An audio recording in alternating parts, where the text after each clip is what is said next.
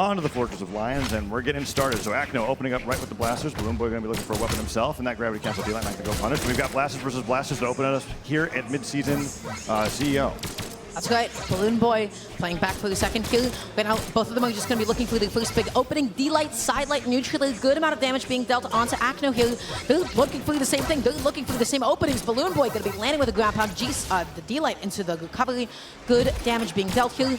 The side sig not going to connect, but that one definitely will. The leaf shield, it's already able to take it out. Oh my gosh. Yeah, first time on the platform, thought I was going to get punished. Acno goes in for it, but BalloonBoy drops right down with the down air, gets the side sig on the fade away, and Acno now down at full stock here in game one. Let's see what he's got. He's on the bow now to go up against the blasters, but he's way too far away in damage to start being able to put on ground pounds or down sigs that might catch BalloonBoy off guard, and BalloonBoy is playing very safe around the spacing of those attacks as Acno goes over to the corner, and maybe I spoke too soon. There's the first D-sig of the set. Such a nasty angle, and he's going to be able to get the GC D-Light into the ground pound, just getting into the blind spot. As long as you're to the side of the Blaster's recovery on the second hit of it, you're going to be just fine. Acno not taking a lot of damage until BalloonBoy beginning to scrap unarmed. Now he's going to be picking up the Blasters again. Yeah, I mean, I thought it was specific to Markimu, but Acno might be playing into that down tick very heavily today. Let's see if BalloonBoy is able to deal with it. I think that Blasters has a great chance against it. Sidelight outranges the attack. Nice job with the neutral light. Gets the pivot in air right afterwards to catch that the no dodge. Not getting the combo with the sidelights, but still bringing Acno plenty into orange. And D-Light recovery was going to bring him into light red as he disarms him from the bow and is going to force him over to the Blasters. It was a big commitment. He just put himself into BalloonBoy's range, and now all of a sudden BalloonBoy looking for the GC sidelight, not going to be able to find it. Not as much coverage as a D-Light, so it's interesting. He went for the sidelight. That D-Light's going to connect. It's going to combo into the sail, and just like that, BalloonBoy up a stock. And yet he's at knockout damage. That's like that's what I'm worried about here. The down air comes through. Let's see if BalloonBoy's able to play around the bow down sig here. That Acno goes in for the side sig instead. Sidelight side sig's also on the table. It's just there's only really one good dodge option away from that. But so far, Acno being a little sig heavy, sig happy. Yeah. He's throwing him outside sig and sig as well. Acno just going to be backing up here. He's waiting for BalloonBoy to come to him, jump and punishing the side sig. Not going to be hitting anybody. BalloonBoy, bad position off stage. Once again, it's going to be the GC D-Light ground pound. So the trend is that BalloonBoy is going to be taking the stock first. Acno plays a little bit more patient, gets the same edge guard. Let's see if they'll be able to switch it up. Acno on the bow. Let's see if we can get that edge guard there. Yeah, Acno, you were talking about how BalloonBoy likes to be very aggressive off stage, but I think Acno is one of the best at being defensive off stage, and we've seen that a few times already in this game one. BalloonBoy, however, completely destroying him. Sair after Sair. Metal Blade comes through. Slide charge tornado. Acno just not ready for the end of that attack there. Gets picked up by the very bottom of it. And then kicked off the side of the map. BalloonBoy's going to be taking game one pretty handedly. Everybody's got to be hit by that at least once, and then you're like, oh, okay, great. Now I know that you just have to kind of respect just how active it is. It lasts so much longer than you think it does. Yeah, and even then, it was just great coverage on everything Acno had to do. He had to dodge through it or held the wall because he decided to drift away. BalloonBoy was going to be able to go down so far. We're going to see it here right in a moment, right? Slide charge, gets the down sig. Kicks him right off the left side of the stage. Barely took any damage on that last stock. We're going to go back to Fortress of Lions. 3, 2, 1, and the thing about BalloonBoy is, I think, unlike a character like Mordex, where you do just have to jump into your opponent and you're at risk of that down sig, he's just got so much more range. That's right. He's on blasters. Right now, I feel like a lot of the game has just been who's going to commit first. If it's Acno on bow, who's going to press the first D-Light, and who's going to be able to whiff punish the other. BalloonBoy going to be whiffing that side sig, but still at a really safe distance. Holding onto the stage here. Acno just slowly looking for a way to be able to get back on, opting for the bow now. Now let's see that dynamic play out again. It's going to be BalloonBoy playing back, waiting for Acno to overcommit. Sidelight, not going to combo. Acno gets that nice dash off neutral air.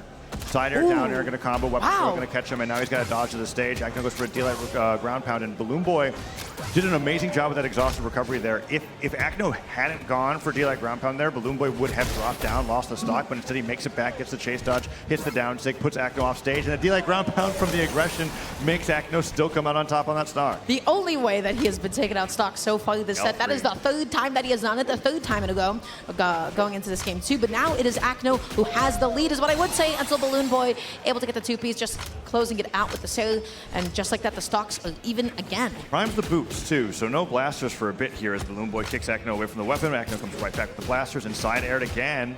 Nice job picking up that side light down air into weapon throw. Dive kick, D-Light ground pound could do it. He did touch the wall. BalloonBoy kicks his way back to stage. Acno now has to pick up the bow, but that was a great offstage scramble for Acno. Now that nair will keep him in that juggle state, and he's looking for more.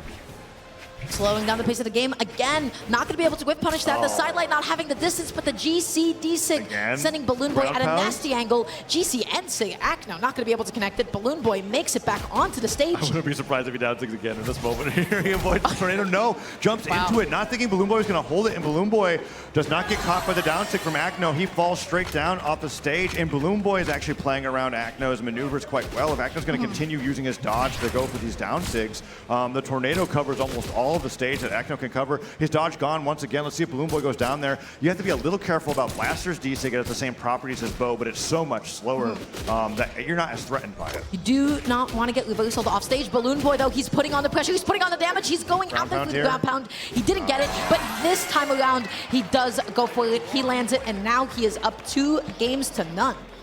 Yeah, the ground pound that I was expecting there was from Acno. Acno did not get the jump.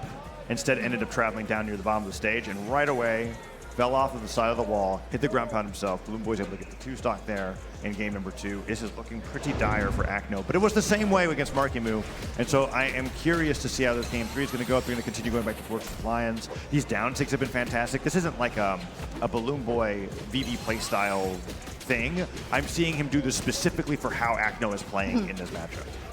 Yeah, and Acno is just really uncomfortable with some of these signatures so far. Going into this next game, I feel like BalloonBoy is doing a good job of alternating between playing back and being a little bit patient, waiting for Acno to throw out like a D-Light with Bow and then just be able to get a punish. And then I just feel like he has been overall a little bit more consistent off stage so far than Acno.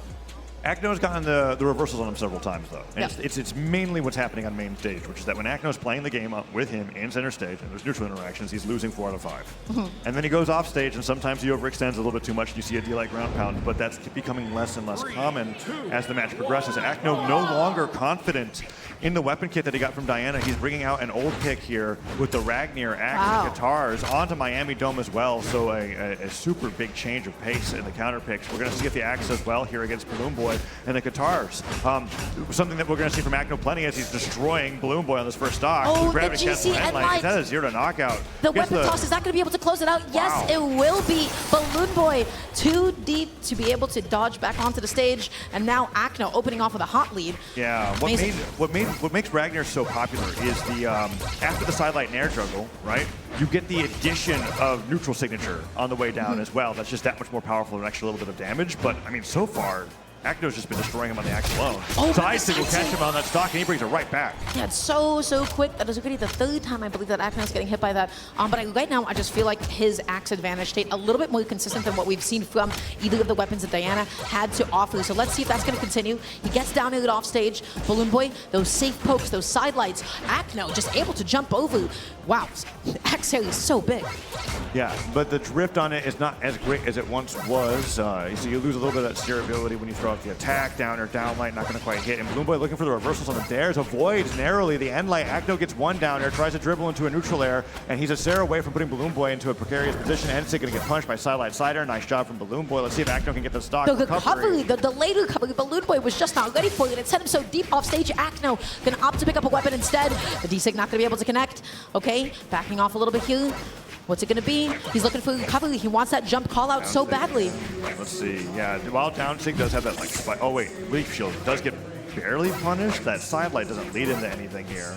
Let's see that weapon throw forward. Could go for the ground pound. Okay, like these landing ground pounds, it's still as strong as the move normally is, but when you do the grounded hitbox, you avoid the possibility of them getting spiked on the ground like we saw in the recovery earlier on the last stock. Which could absolutely reduce a good amount of that distance. Acno going to be keeping up his lead. He's looking for that opening. BalloonBoy is doing the same. He went for his sidelight, and now he's put himself off stage. Going to be with punishing Acno there. I feel like Acno's just getting punished so often on his signatures. No dodge from BalloonBoy there as he whips that downlight. Not going to get punished. Just dances right out the left side of the stage. Downlight, no, wake up sidelight and a double downlight. Okay, Acno bringing him into orange, gets the, no, that's going to be it. No, he drops the D-Light recovery. Acno does not go down, and Acno looking for the gravity cancel down. So will get reversaled by BalloonBoy's ground pound.